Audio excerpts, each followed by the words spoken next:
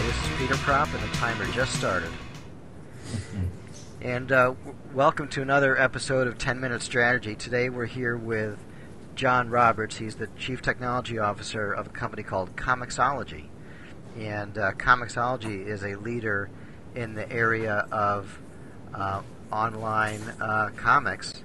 And so, John, thanks for joining today. Oh, my pleasure. Why don't you give us a little bit of the history of Comixology, how you started up, and where you are today? Sure. So basically, Comixology was started by myself and David Steinberger, who's our CEO. And we had another person that was in it at the beginning. His name was Peter Jaffe.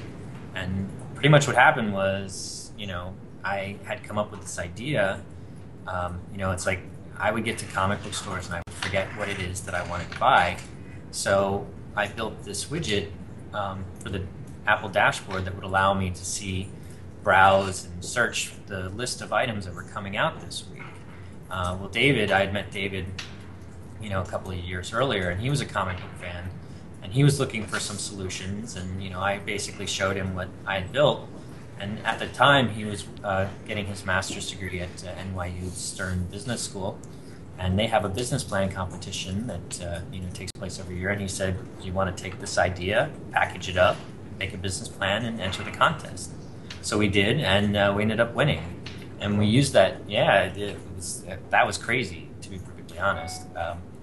And then we took that money and we turned it into a business, and we were able to build. We were able to get other investors involved. And, from there, we built the website, and then the website acts like, kind of like the TV guide of comics, where you can see what's coming out, up to 3 months in advance. And then we gave the comic retailers, specialty stores that sell comic books, the ability to see what their customers were buying. And then, we had built all these relationships with publishers as a result of this. And then when Apple finally announced in-app purchasing, we decided now is the time to make a digital comics app for the iPhone. And so we leveraged those relationships, and we got content starting with Red 5 and Atomic Robo. And then we built we were the first to release a digital comics store, and that was last year at San Diego Comic-Con. And since then we've grown. We now have Marvel. We're the only ones that have DC on the iPhone OS. We have Dark Horse. We have Image.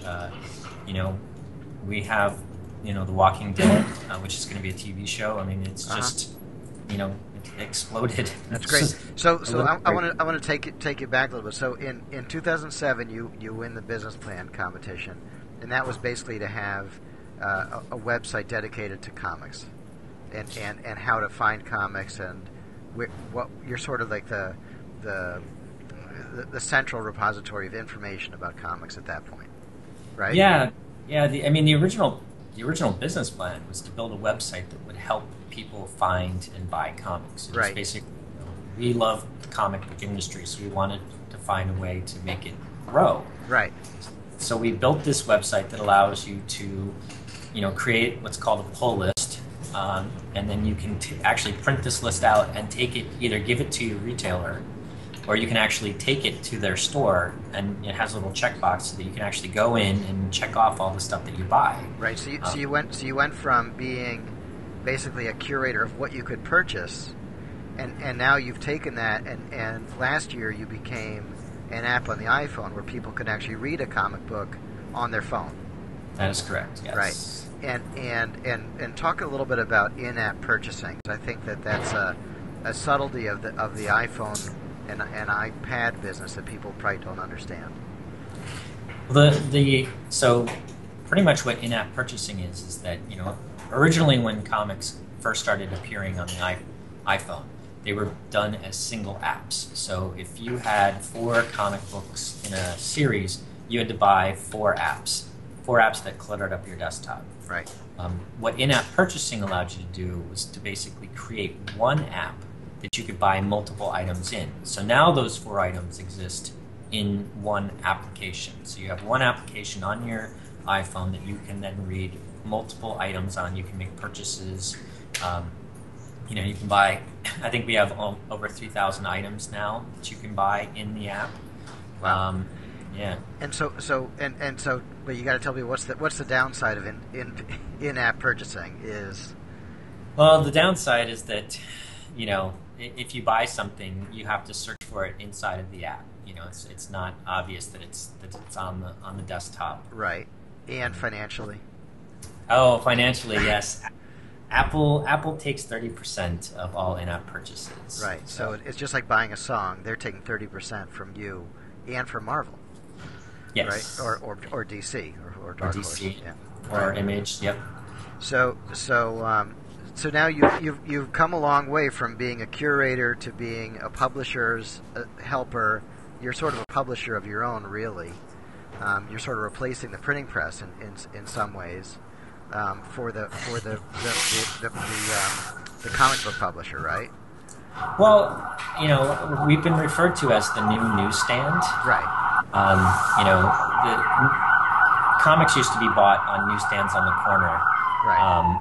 And now, that doesn't exist anymore. Right. We're not. I think it's possible for us to coexist with the print side. Sure. And we're finding that because every app that we have has a store locator in it. Mm-hmm. So we are actually pushing people to go to stores. Right. So people discover the comic in our app, and then they're actually going to the stores to either buy more or buy the latest issues. Right. For instance, The Walking Dead, which is going to be a TV show on AFC. We have that in our app, and we've actually introduced new readers to The Walking Dead, and we're finding that they're going to these stores looking for the trade paperbacks of these comics. Excellent. And now you're starting to branch out from along this chronology. We've gone through your origin story, right? now I should mention that I'm not going to say what his Skype handle is, but John has a comic book hero's name as his Skype handle. So now we've taken us through the origin story. You've sort of hit this nirvana as a comic book lover. I'm sure you're pretty excited about where you sit, and I think along the way recently you realized that you added value to book publishers, to the Random Houses and the Knopfs of the world. What sort of deals are you striking there or looking to strike? Well, I unfortunately I can't go into details, but we've had a number of magazine publishers that really like our approach to the way that we're doing comic books. Right. And we've had people inquiring into leveraging our technology into not just magazines but books, especially children's books. Right. And I think our technology would be perfectly suited for a children's book. Right. One of the things that I should mention to folks is that when you're looking at the Comixology app, there's a mode that's called a guided viewing mode. Is that right? Yep, guided view. Guided view. And so if instead of you reading the page and going panel to panel, it actually will take you from panel to panel over time. I think with a gesture or a time gesture, right? Well, right now it's you can either tap or swipe to go from panel to panel. Right. And so go ahead. Oh no, that's okay. And so it animates your view through the comic book without doing animation. It actually just takes you from place to place, and often, as you know, in a comic book, that it's sometimes confusing which panel you're supposed to read next. So that's 9 minutes. We're going to go a little bit long.